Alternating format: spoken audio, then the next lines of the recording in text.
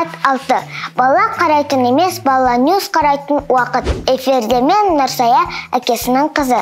Өрмекші адам, халық, өрт сөндіруші. Бұл мамандықтан қайсы қауіпті, кім батыр? Тыншымыз Жантөре жалғастырсын. Жантөре, сіз байланыстасыз. Бүгін Астана қаласының қақ ортасында өрмекші адамды кездестіріп қалдық. Мамандығының қызығы мен жыжығын сұрайық.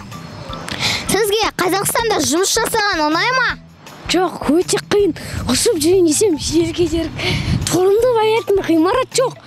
Таксилердің қымбат, құрылыс тез өтеді деп ойлаған едім. Америка бағайдым.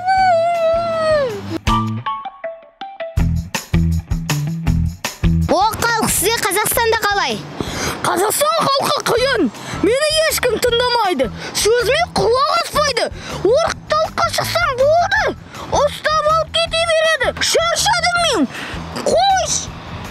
Міне, өрмекші адам мен халықтың ойын тыңдадық. Енді өрт сөндіруші туралы зерттеп көрейік.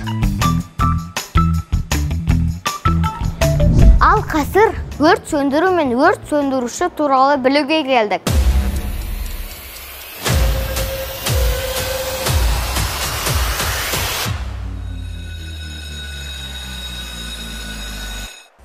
Ғаламдағы ең қауіпті мамандықтардың бірі өрт сөндіруші қызметі. Нағыз ер азаматтарға тән мамандық жүректілік пен батылдықты талап етеді. Күнде өлім мен өмірдің арасында арпалысып жүрген батырлардың құрал саймандары сақадай сай, дайындықтары жоғары болуы керек. Себебі бұл іс сәл мүлт кетуді кешірмеуі мүмкін.